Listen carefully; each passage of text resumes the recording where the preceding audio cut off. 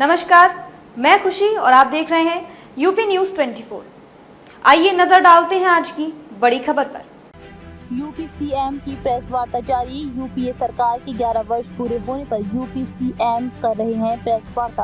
Bharatiya Janata party के प्रदेश कार्यालय पर केंद्र सरकार के 11 साल पूरे होने पर यूपी सीएम योगी आदित्यनाथ जी ने प्रेस कॉन्फ्रेंस कर मोदी सरकार के 11 साल के कार्यों का उल्लेख करते हुए कहा कि पीएम मोदी ने 11 वर्षों में खुद को तपाकर विकसित भारत की नींव तैयार की है। 11 वर्षों में प्रधानमंत्री ने भारत की पहचान आर्थिक और रक्षा की दृष्टि से एक मजबूत भारत की पहचान दिलाई है।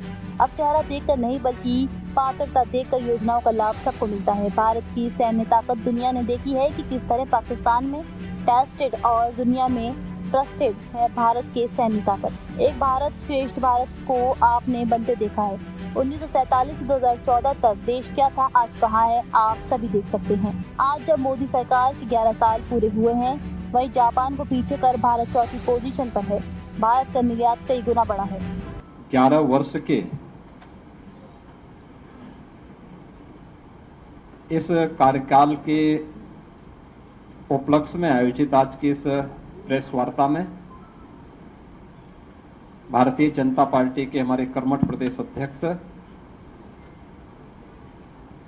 चौधरी भूपेंद्र सिंह जी,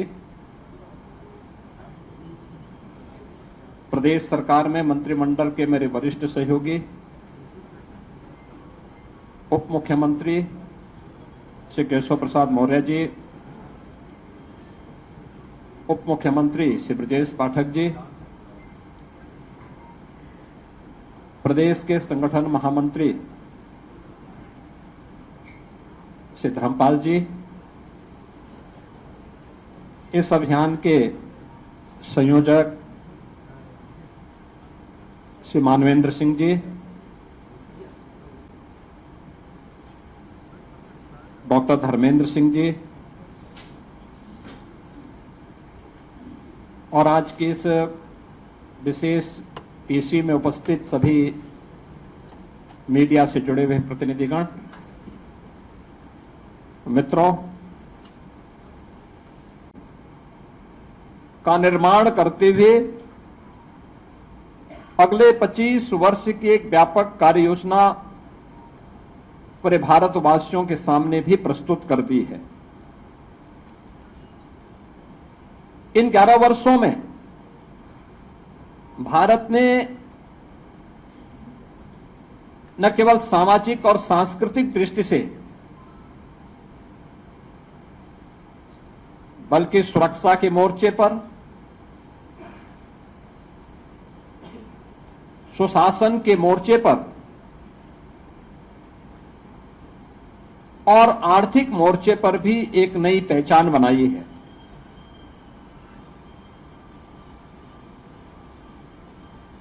शासन की नीति स्पष्टता,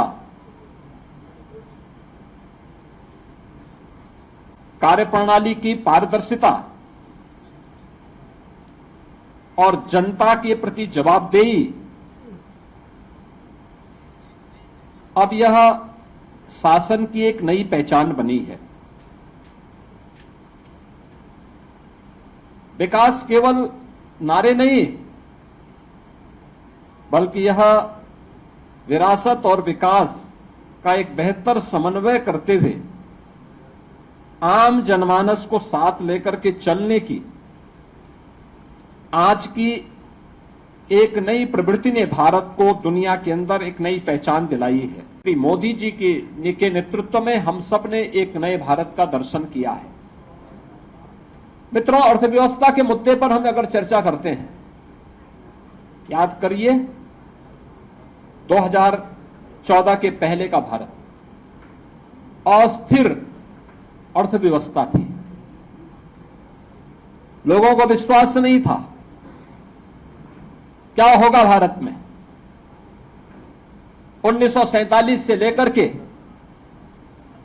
2014 तक भारत दुनिया की केवल 11वीं अर्थव्यवस्था बन गया था और वह अर्थव्यवस्था भी अस्थिर थी। पिछले 11 वर्ष में भारत दुनिया की चौथी बड़ी अर्थव्यवस्था बना है। 17 के पहले उत्तर प्रदेश के अंदर चीनी मिलें बंद हो रही थी। बंद चीनी मिलों को औने पौने दाम पर जो कोऑपरेटिव की थी उनको बेचने की कार्रवाई तत्कालीन सरकारें करती थी। 1996 से लेकर के 2017 तक उत्तर प्रदेश के अंदर गन्ना मूल्य का जितना भुगतान 22 वर्षों में हुआ था, पिछले 8 वर्ष में उत्तर प्रदेश के अंदर अन्नदाता किसानों के लिए, उन गन्ना किसानों के लिए 71,000 करोड़ रुपए उससे अतिरिक्त भुगतान हुआ है। यानी अब तक 2,86,000 करोड़ रुपए का गन्ना मूल्य का भुगतान उन 46 लाख गन्ना किसानों को किया गया है जो गन्ने की फसल के माध्यम से, अपनी कैश क्रॉप के माध्यम से, एकमात्र कैश क्रॉप के माध्यम से वे आमदनी कमाते थे, अपने जीवन में खुशहाली लाते थे। यह डबल इंजन सरकार की वह गारंटी है जो प्रदेश के अंदर देखने को मिली है।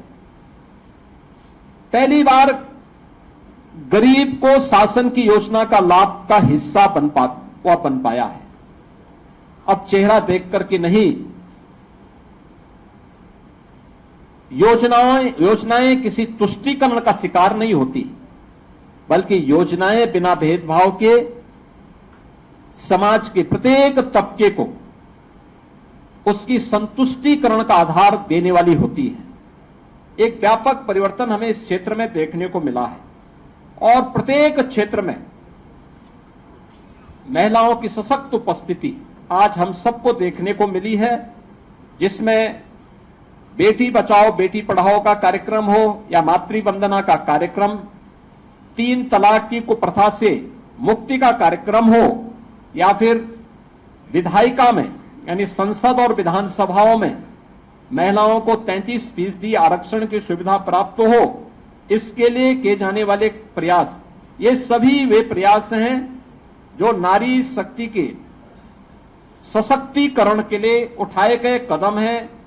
लखपति दीदी योजना के अंतर्गत 3 करोड़ महिलाओं को लखपति दीदी बनाने का संकल्प, और यह कार्यक्रम युद्ध स्तर पर देश के अंदर आगे बढ़ा है। मोदी जी के कालखंड में एम्स की संख्या हुई है 23। उत्तर प्रदेश के अंदर 2 एम्स बने हैं, एक गोरखपुर में, दूसरा रायबरेली में।